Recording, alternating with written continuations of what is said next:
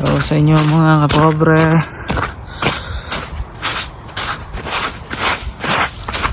long time no vlog. Medyo busy kasi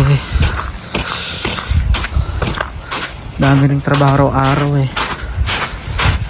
So ngayon kakatapos lang ng ulan dito sa Smoky Lake. Makikita niyo yung dinadaanan ko. Nagmamelt yung snow.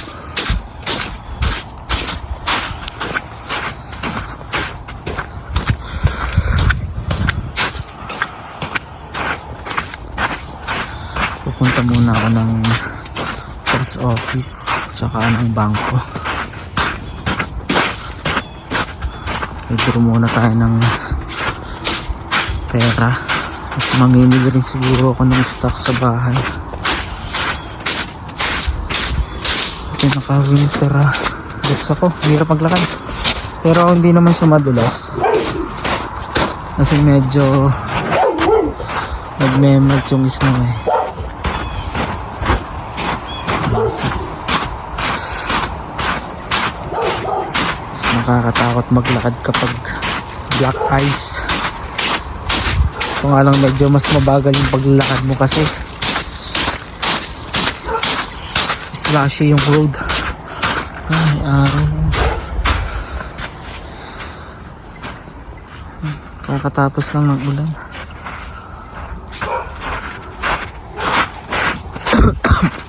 The whole week siguro maulan.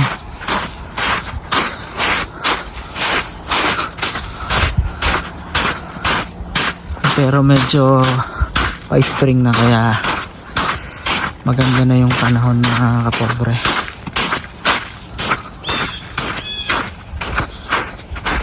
Yung surroundings ko dito, yan, ganda ng panahon oh. Tapos si misis ko nga pala to give you an update, tsaka yung daughter namin, yan, lapit na silang pumunta dito. Praise God, pasado yung medical nila.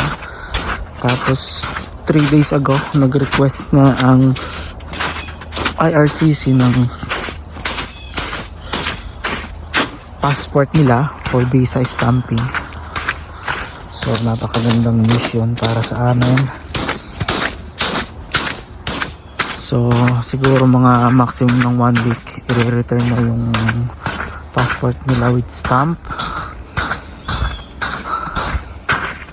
Tapos yun, schedule ko siya ng siguro PIDOS. Parang kailangan nila ng PIDOS. Siguro baka mag-request ng PIDOS sa kanila. Okay. For assurance lang, magkuha na rin kami. Pero hindi naman hiningi ng RCC, pero syempre alam niyo naman sa Pilipinas medyo mabusisi at saka madaming tanong, masyadong immigration sa atin, kaya much better na mag-send na lang kami ng PIDOS ni misis ko para sure. Yung medical expenses pala ni misis sa kanya nasa almost 14,000. Tapos yung sa anak namin nasa almost 4,000. Yun, ganun yung expenses nila. Bago tayo dumaan, tignan natin yung road na to. Buti malinis tong sidewalk. So ito yung buong Smoky Lake na yan. So yun lang, tapos mag-book na lang kami ng ticket. So mililipatan naman na kami dito kina Ninang Jo. Kung kami sa basement muna nila titira kasi malapit din sa school yun, and hoping na mahanapan din nila, matulungan nilang makapaghanap ng work sa misis na malapit din sa bahay nila, sa hospital or sa kitchen, yeah. So ayun, pa rin hindi na rin sila mahirapan. Nagpaalam na rin ako dito sa bahay sa tinitiran ko ngayon.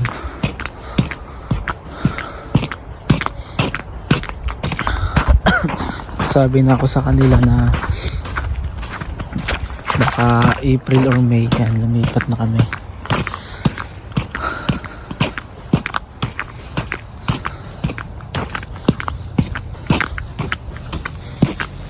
Ganda ng panahon. Sarap maglakad. Kita niyo yun, mga snow dito. Almost 4 months na ganyan. So ngayon medyo pa spring na, kaya maganda na ang panahon. Tour ko lang kayo dito. Sarap maglakad-lakad oh. Buong paligid ko dito ngayon.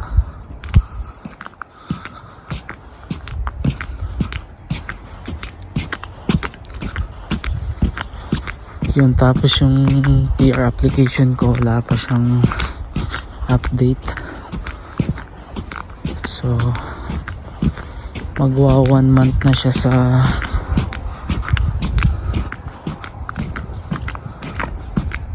sa system, pero wala pa rin. Pero last time nagkaroon ng draw twice sa rural stream. Hindi ko alam kung bakit hindi ako nakakasama, kasi yung pinakamababang points na na-invite is 54, 58 ako. So I don't know, pero may mga kasamahan ako dito, mga kakilala ko na na-invite na sila through that stream.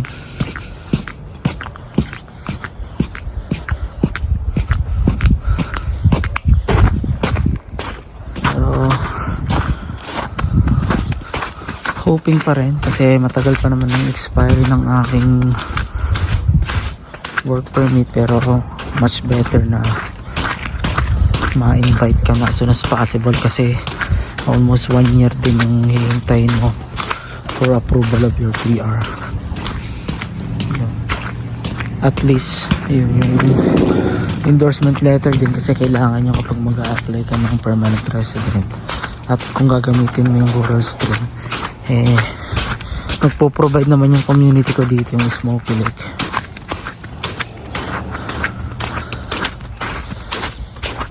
Nagbibigay naman sila, sabi lang nila sa akin, basta ma-invite na, magsabi lang ako sa kanila. Tapos magre-release naman sila ng endorsement letter sa akin. Yun yung maganda doon.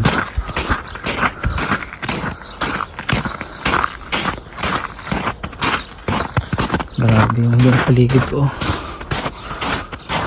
Nagpuputik siya.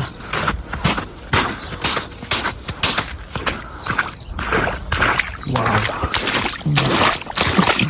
Nagbabaha rin dito sa Canada.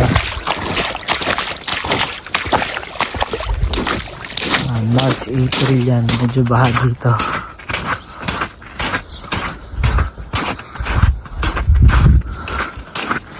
Mag 3 years na rin pala ako dito sa Canada. Tapos nagbabalak na rin akong kumuha ng sasakyan pagdating ng mag-ina ko, syempre.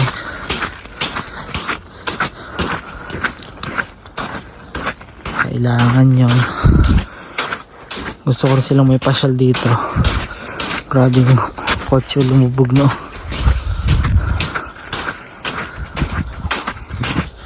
Interested ako dito, pero hindi ko pa napupuntahan yung bump, sa totoo lang. Nakakatawa, pero sinisave ko yung moment.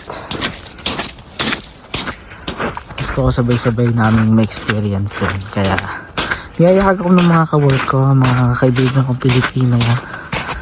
Nagyayakag sila, pero tumatanggi ako. Sabi ko, wait ko na lang yung mag-ina ko, kasi ang reason ko is hindi ko siya may enjoy nang ako lang. Iba yung experience ng kasama mo yung pamilya mo, sa totoo lang. Kaya sabi ko sa kanila, pagdating na lang ng mag-ina ko, Yun, and thanks God. Wish granted. Konting steps na lang at kasama ko na sila dito. Grabe yung daan, mga kapobre. Very slushy. Ang oras ngayon dito is alas 6 ng hapon. Hanggang alas 8 ganyan pa kaliwanag dito. Ganito kapag pa summer na.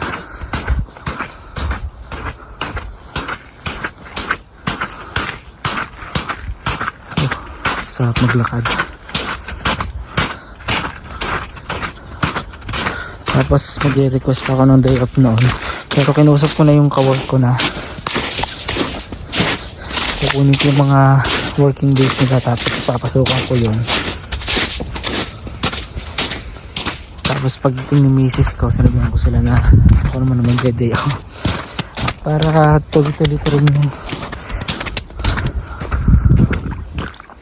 pagkita ko kahit nakabakasyon ako. Kahit 1 week siguro i-apply ko. Para may sasawalan pa rin ako. Tsaka kailangan ko kasi ng hours kasi dito kung mag-a-apply ka ng PR, at least 30 hours per week or 60 hours every 2 weeks. Kailangan mo yun. Okay naman yung schedule ko kasi usually 8 hours ako daily. Most of the time may overtime ako.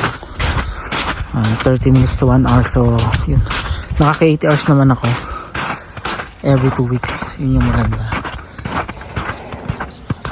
Ganda ng panahon mga kapobre. Grabe lang yung tubig. Ayan o. Pero hindi naman siya madulas. May aso na naman dito. Tatahol uli yan. See? Pero saglit lang yan. Kilala na ako ng mga yan eh. Grabe. Parang bumaba ano. Magsisave muna ako ng pumasahe na mag-ina ko kasi nasa 3,000 to 4,000 din yung ticket na pagpunta dito. Bakit ganon? Mas mahal kapag one way lang compared sa two way. I don't know. Kapag one way trip mas mahal. Pag two way trip mas mura. Ewan ko. Pero kailangan ko na rin magtitingin bago sila dumating kasi mas mahal na kapag bibili ka ng same month or like a week before their flight. Mas mahal na yan. So yun yung pinag-iipon ako ngayon. Although may nakatabi naman para syempre pagdating nila dito magsisimula ulit kami kasi wala pa akong kahit ano sa bahay ko. Wala pa akong ipupunta na kahit ano like mga appliances. Wala akong gano'n. Yung plato ko nga isa lang tsaka isang bangkok. Lagay ng sabaw, yun lang.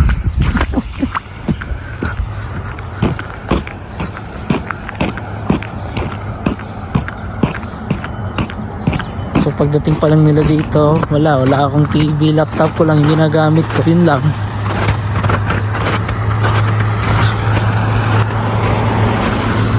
Tapos rice cooker, yun lang. Bread toaster, yun, nabigay pa. Yun lang ang meron ako. So back to zero kami pagdating nila. And kailangan magtulungan. Pero ang halaga talaga makakasama ko na sila dito. Yung pinakamasaya. Tahimik na dito.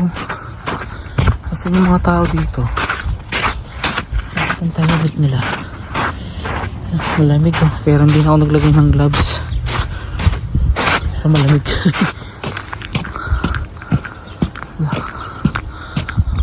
Tahimik dito.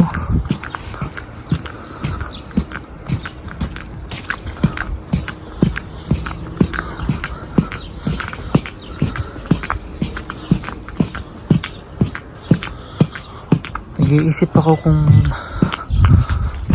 Toyota na 4Runner yung kukunin ko. Parang medyo mabigat lang sa bulsa, pero kung reliability tsaka longevity yung pag-uusapan. Kita ko yung mga reviews ng Toyota Forerunner, maganda eh. Anything naman na Toyota, anything na manufactured by Japan, eh quality talaga. So yun nga lang, yung pagbabayad kapag pinanancing ko siya, yun medyo hindi naman masakit sa bulsa, kakayanin naman siguro. Pero mas maganda kung may cash ka, no, para wala ka nang isipin. Yung mga nag-offer din sa akin ng second hand, pero hindi ko sure kasi ang reason out nila is mahal nga yung insurance, tapos first timer ka, so mas mataas yung babayaran ng insurance. Tubig ka, parang ihi ka. Punta dito, nag-nag ang galing na. Oh, ano na, hammer oh.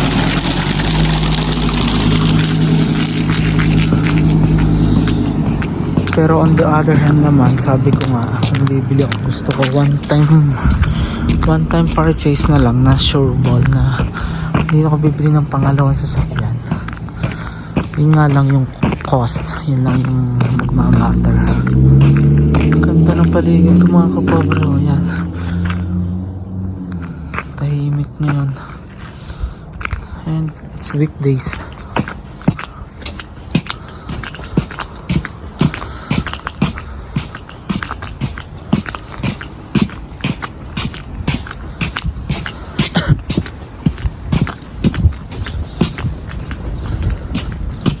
Sarado na lahat. Sa bagay, alas 6 na eh. Mas na pa dito.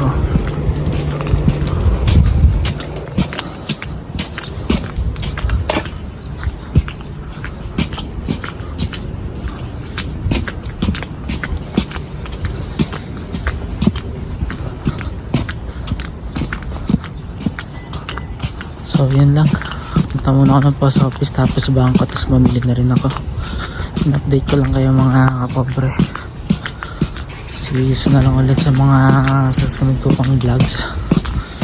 Ayan. Nawa may sasakyan ako pagdating nila dito at gala kami ng bump. Gusto ko rin ma-experience yung bump eh. Kauulan lang, katatapos ng ulan. Punta muna ako ng post office mga kapobre. Dito na ako, so update ko na lang ulit kayo. Thank you so much. God bless all.